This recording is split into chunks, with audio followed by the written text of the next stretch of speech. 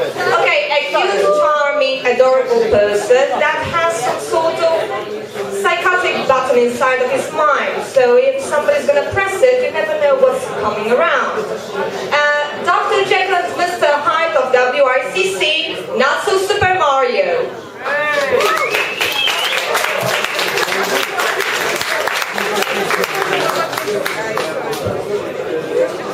Thank you. Terrific applause. At the beginning, I would like to welcome some special people who are joining us tonight.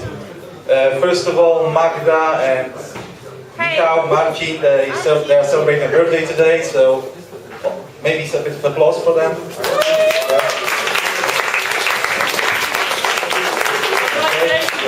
Another year. Well done. Great. Okay, another special group. 3 French people sitting over there, 2 at the moment. So, if anyone of the people standing over there want a free sofa, just shout, the Germans are coming, they'll probably run away. And finally, last but not least, my biggest support group are dear heckler from Jelenia Góra, sitting right behind the French guys.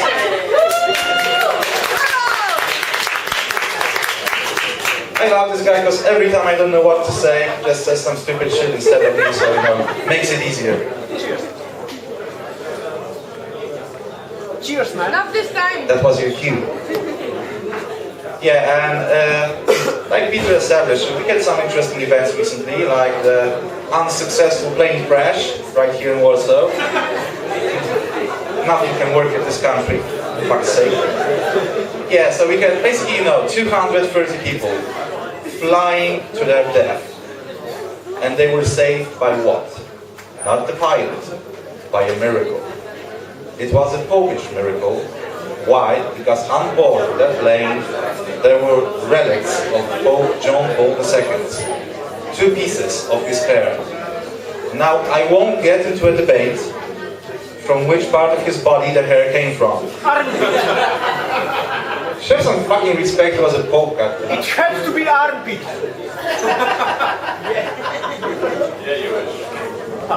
Yeah, so anyway, this is basically how it went down. Jesus went to God and just said, Dad, look, I organized this plane to crash in Poland, so, people will start going to church more often, maybe give us a bit more money, stuff. Oh, very good, son, very good. That wouldn't happen to be the one with the Pope's hair on it, would it? You fucking moron. Okay, you have to save the plane or you're grounded and no birthday party this year. But Dad saved the fucking plane, right? So that way the Pope not only saved the passengers, but also saved Christmas.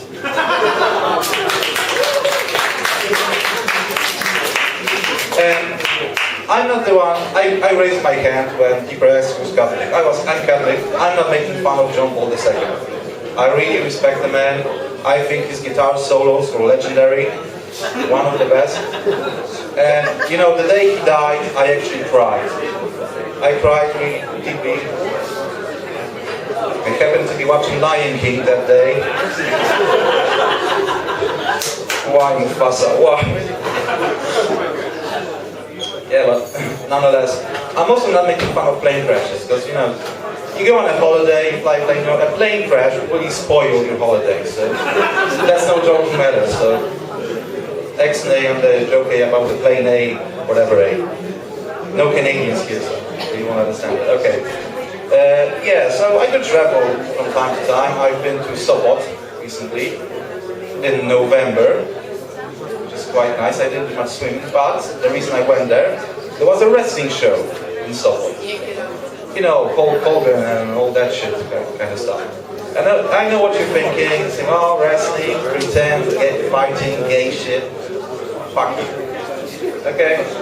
What's gay about 2 huge guys in tight shorts in the middle of the ring, rubbing against each other, sweating? Yeah. Yeah, stories like that make people think that I'm some kind of pervert. Maybe I am, but I blame the internet. Because, you know, the stuff you can find, it's impossible to avoid porn. Who here has seen a porn site at least once in his life? You fortunate bastard. No, but in all seriousness, it's impossible to avoid it, you know, even when you type innocent stuff. Like, my phone recently broke, you know, I had a problem with the screen. I wanted to find a solution, so I typed into Google, automatic phone screen calibration. And Google replies, didn't you mean autoerotic asphyxiation? Yes. Okay, you know, I'm a programmer, I like to make mobile applications and stuff, so I type how to program a widget. And it comes out, how to molest a midget. Yes. You know, it's impossible to avoid that shit, you know. And those are terrible times we're living in. Like, I remember 10 years ago, sitting in front of your computer, playing with your joystick, meant something completely different. And also, you know, now everyone masturbates in front of the computer and stuff, you know, people don't buy Playboy and all that shit. Or Dave masturbates to his phone, the Samsung, which he really loves. And basically, you know, my grandma always told me that you shouldn't masturbate so much, because, you know, you might go blind. Well, I let her masturbate me. Yeah. Now I can see you more clearly, all your beautiful faces. That's enough of that. Yeah, so I'm a simple person. You know, I grew up in a small village. As well, yeah. I grew up in a small village next to a bigger village called Radom. And I didn't have too many friends, but I always loved animals. My biggest friend when I was a child was a rooster. So I had a pet cock. And with no friends, and living on a farm, all I could do is play with my cock all day. You know, stroke it, run around with it and stuff. You wake up every morning? Of course. And Is it bigger in the morning? as a matter of fact, yes. And you know, as cocks do, you know, roosters do, after a couple of 2 or 3 years, he died. And it was a big tragedy for me. I remember I was crying at that time.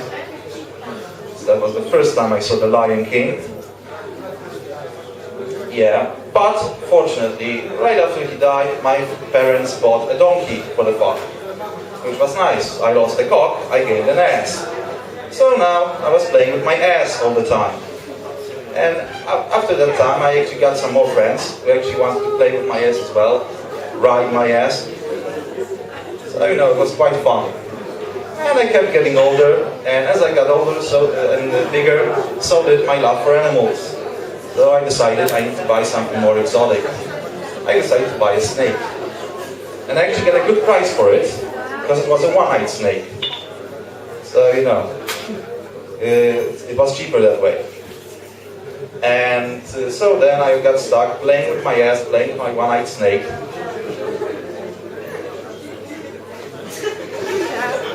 Good times, good times. Jelenia Góra is kind of silent right now. Oi! I'm talking to you. I don't know his name, so I call him Jelenia Góra. Okay, I'm listening to you, but... Yeah, as well, the French friends are just Pierre 1, Pierre 2, and Pierre 3, so... Hey, it's Simon, dude. Dude! Dude, eh? The 90s are back. Hell yeah. Okay, finishing the story. So, I was playing my ass, I was playing my one-eyed snake. I was a bit older. I met a lovely lady. She had a nice pussy. So, after that, my one-eyed snake was playing with her pussy. At least one person is laughing from it. It's almost over, I promise. Yeah, and I was told, you know, you should watch out, you know, that pussy, because the one-eyed snake might, you know, bite into something tricky. And it did. She got pregnant. Not her, the cat. And she gave birth to like 5 one-eyed cats. So this was quite a long story, inspirational, and it should have a moral. So the moral of this story I couldn't figure out what it might be. So take this with you. Don't vote for peace. Thank you. Good night.